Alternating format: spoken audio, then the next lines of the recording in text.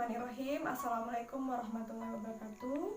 Nama saya Rizkika Prihartina dengan NIM 2002021139, Prodi Hukum Keluarga Islam, kelas A, semester 4. Di sini saya akan mereview buku dengan judul Konsep Dasar Sosiologi Hukum. Poin pertama, A. Identitas buku. Judul buku, Konsep Dasar Sosiologi Hukum. Nama pengarang, Hamzarip Santaria. Tempat terbit, Malang, Jawa Timur. Nama penerbit, Setara Press Kelompok Intrans Publishing. Tahun terbit 2019.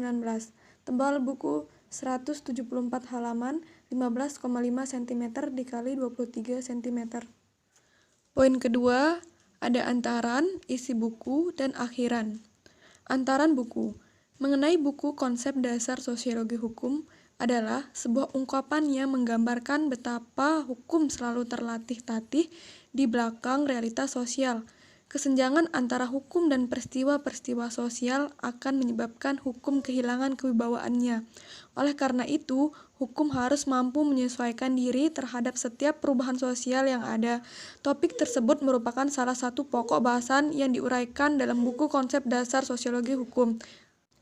Di samping topik tersebut, di atas, buku ini juga menguraikan beberapa hal pokok lainnya yang menjadi concern pada setiap diskusi hukum dilihat dari perspektif sosiologi di mana secara keseluruhan dikemas dalam sebuah pokok bahasan, yakni pendahuluan, aliran-aliran dalam sosiologi hukum, kaidah hukum dan kaidah non-hukum, hukum dan struktur sosial, hukum dan perubahan sosial, hukum sebagai kenyataan sosial, fungsi dan tujuan hukum di dalam masyarakat, efektivitas hukum di dalam masyarakat, serta konflik dan penyelesaiannya. Buku ini dimaksud sebagai referensi atau pegangan bagi mahasiswa Fakultas Hukum di berbagai jenjang S1, S2, dan S3, serta akademisi atau dosen yang sedang terlibat dalam mata kuliah sosiologi hukum. Di samping itu, buku ini juga berguna bagi para praktisi hukum serta masyarakat luas yang ingin memahami hukum dalam perspektif sosial. Selanjutnya, isi buku. Buku ini terdiri dari 10 bab, namun kita fokus membahas pada bab 4 yang dimana membahas hukum dan struktur sosial. Struktur sosial hubungan saling mempengaruhi antara hukum dan unsur-unsur struktur sosial. Struktur sosial dapat didefinisikan sebagai kesatuan yang terdiri dari berbagai macam unsur-unsur pokok pembentuk masyarakat, yang meliputi kaidah sosial, kelompok sosial, lembaga sosial, stratifikasi sosial, dan kekuasaan atau wewenang. Adapun menurut Selo Soemarjan dan Soeleman Soemardi, struktur sosial merupakan keseluruhan jalinan antara unsur-unsur sosial yang pokok, yaitu kaidah-kaidah sosial, norma-norma sosial, lembaga-lembaga sosial, kelompok-kelompok sosial, serta lapisan-lapisan sosial.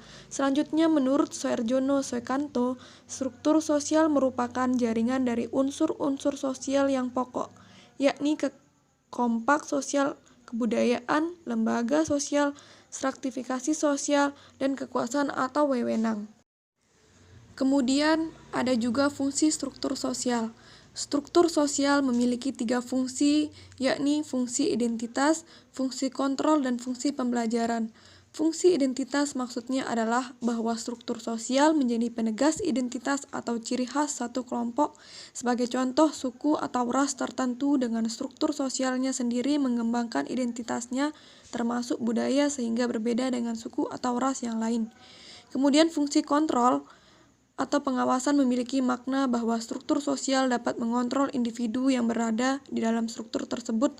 Dengan fungsi kontrol, maka kecenderungan individu untuk melanggar norma atau kaidah akan terawasi dengan baik. Terkait dengan fungsi ini, Mayor Polak mengatakan bahwa struktur sosial dapat berfungsi sebagai pengawas sosial, yakni sebagai penekan kemungkinan terjadinya pelanggaran terhadap norma, nilai, dan peraturan kelompok atau masyarakat. Selain itu, struktur sosial berfungsi sebagai dasar untuk menanamkan disiplin sosial kelompok atau masyarakat. Selanjutnya, fungsi pembelajaran maksudnya bahwa individu dalam masyarakat dapat belajar dari struktur sosial yang ada dalam kelompoknya. Tingkah laku atau cara berinteraksi dengan anggota masyarakat yang lain dapat dipelajari dari struktur sosial tersebut. Kemudian ada hukum dan unsur-unsur pokok struktur sosial, yakni kaidah sosial, kelompok sosial, dan kekuasaan atau wewenang. Di sini dijelaskan unsur-unsur pokok tersebut dan kaitannya dengan hukum. Dikemukakan bahwa selain kelima unsur tersebut masih terdapat unsur lainnya, sebagaimana dikemukakan oleh Charles Pellomis bahwa struktur sosial tersusun atau 10 unsur penting.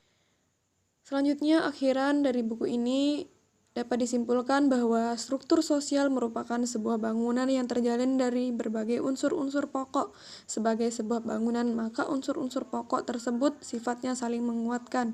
Dengan kata lain, bila mana salah satu unsur bangunan tersebut tidak berjalan sebagaimana mestinya, maka akan menimbulkan masalah, yakni masalah sosial. Selanjutnya, poin terakhir dari buku ini yaitu komentar buku. Setelah melihat dan membaca buku ini, ilmu baru banyak didapatkan seperti pengetahuan tentang sosiologi hukum, dan yang menarik adalah fungsi sosiologi hukum dalam struktur sosial masyarakat. Tanpa kita sadari bahwa sosiologi hukum ini sangat mempengaruhi di dalam kehidupan masyarakat.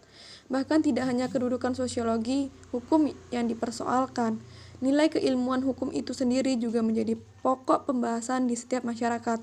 Adanya pengetahuan dan keyakinan yang dimiliki oleh para anggota masyarakat yang berfungsi sebagai alat analisis dari anggota masyarakat. Adanya perasaan solidaritas dari anggota-anggota masyarakat, adanya tujuan dan cita-cita yang sama dari warga masyarakat, adanya nilai-nilai dan norma-norma sosial yang dijadikan sebagai patokan dan pedoman bagi anggota masyarakat dalam bertingkah laku, adanya kedudukan dan peranan sosial yang mengarahkan pola-pola tindakan atau perilaku warga tersebut.